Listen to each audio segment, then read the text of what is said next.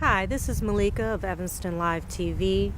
Many of us are very much aware of some very suspect mortgage lending practices. Evanston has its fair share of very sad and tragic stories of families that have been taken advantage of. It was brought to my attention the story of Mrs. Steele right here in Evanston. As soon as I heard the story, it broke my heart. I came over here to find out exactly what's going on. And what I learned is that there are many stories like Mrs. Steele, mainly in communities of color in Evanston. This story needs to get out. Please share this story. We've got to help so many families that have been victimized. Check this out. During the mortgage crisis, hundreds of Evanston families, many of them poor and persons of color, elderly, lost their homes. And now what we're seeing is a second wave of foreclosures among people who are surviving spouses of reverse mortgagors. Now you see reverse mortgages on your television, and it's a way of using your home's equity to pay your present needs, pay your present bills. And they're designed to help keep elderly people in their family, in their homes. But what they don't tell you is that many times the spouses of those reverse mortgagors, once they are deceased, do in fact get foreclosed on and get evicted from their homes. That is despite the fact that the original intent of the law and the intent of the HUD regulations is to allow non-borrowing spouses to remain in their homes for the rest of their lives. We have an example of this right here on Gray Avenue in Evanston. We've been working on the issue of affordability of housing in Evanston, and there's a great need for it. And Chris brought this particular instance to my attention, and we thought that because the homeowner's case is not unique, there are other people, surviving spouses, where there was a reverse mortgage. There are other cases of this in the area where people are in danger of being foreclosed. We thought this is an important aspect of the lack of affordability of housing in Evanston, and we wanted to do something about it by making people aware of this situation. So Chris has really told me the story and brought me here, and we hope that we can get other residents of Evanston to become involved and to see this as one of many kinds of issues that affect people in trying to stay in their homes. Mrs. Steele apparently has lived and family has been here for years, and they want to stay here in Evanston, and we want to see to make that possible. We also like to appeal to our political representatives like Congresswoman Jan Schakowsky, whose home is in this district and who has relations in Congress with the Federal Housing Authority and the Housing and Urban Development, and to Sheriff Tom Dart, whose job it is to evict people, and ask him to have a moratorium on evictions on reverse mortgagors.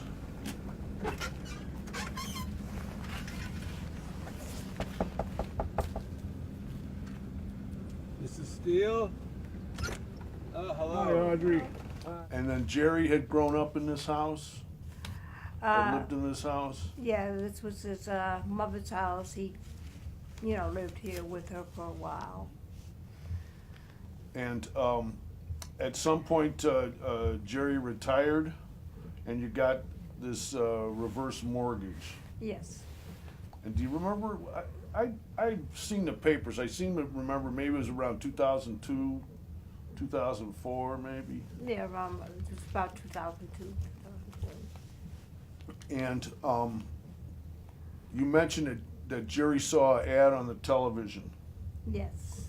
And then what happened from there? What happened after that? Well, after he saw the ad on television about reverse mortgage, he had called and, excuse me, and told him that he would like to get reverse mortgage. So they had sent someone out here to talk to him, and they filled out the papers.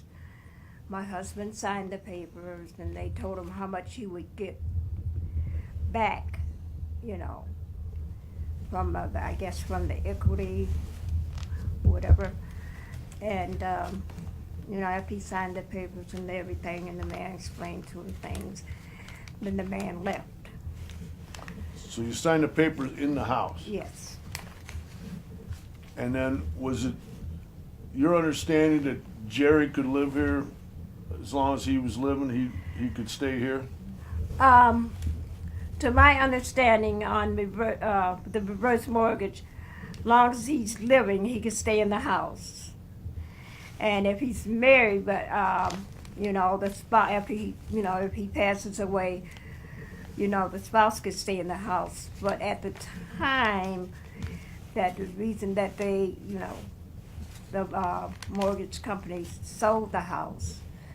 And then I met you through Alvin Hemphill, and then I went into the court case and tried to get the court to reconsider your case, but I was unsuccessful. Mm-hmm. And now we have an eviction order that actually comes up tomorrow.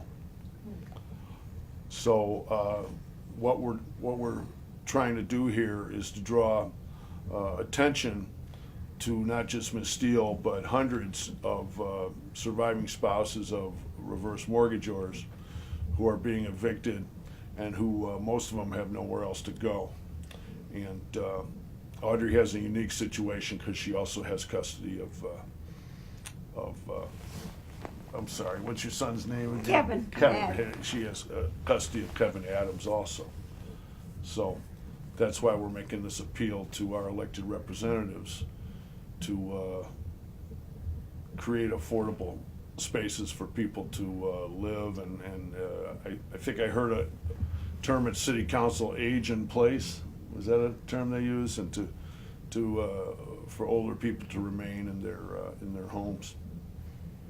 I have renal kidney disease. I have high blood pressure, rheumatoid arthritis, asthma, and I go back and forth to the doctor for my kidney problem.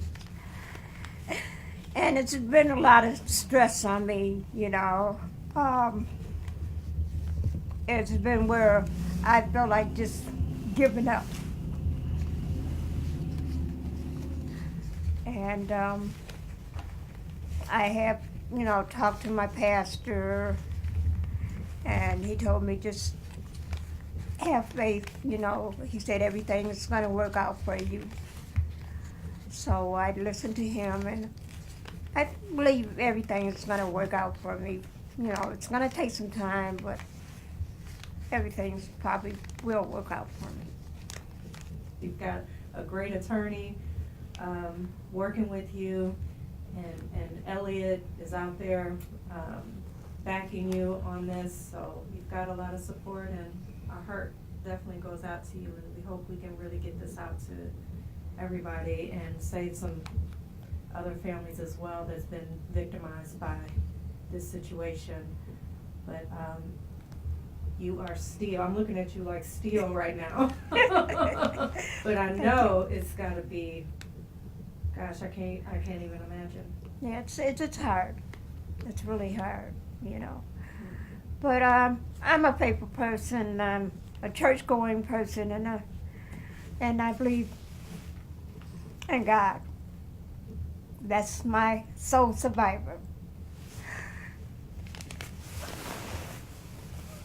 So they don't call them Steele for nothing. They don't call her Right. the woman of steel. So we're going to do everything we can. Again, we appreciate so much your assistance in bringing this to the public's attention. Again, we want to bring it to the attention of our elected representatives and see what we can do to avoid future situations like this, and for a whole thousands of people affected by this reverse mortgage. Really, it's a scheme. It's really a fraudulent lending scheme, and we hope people will take affirmative steps to address it. And I want to thank you so much. Thank you. Thank you so much. Thank you, Chris. Thank you, Mrs. Steele. Thank you.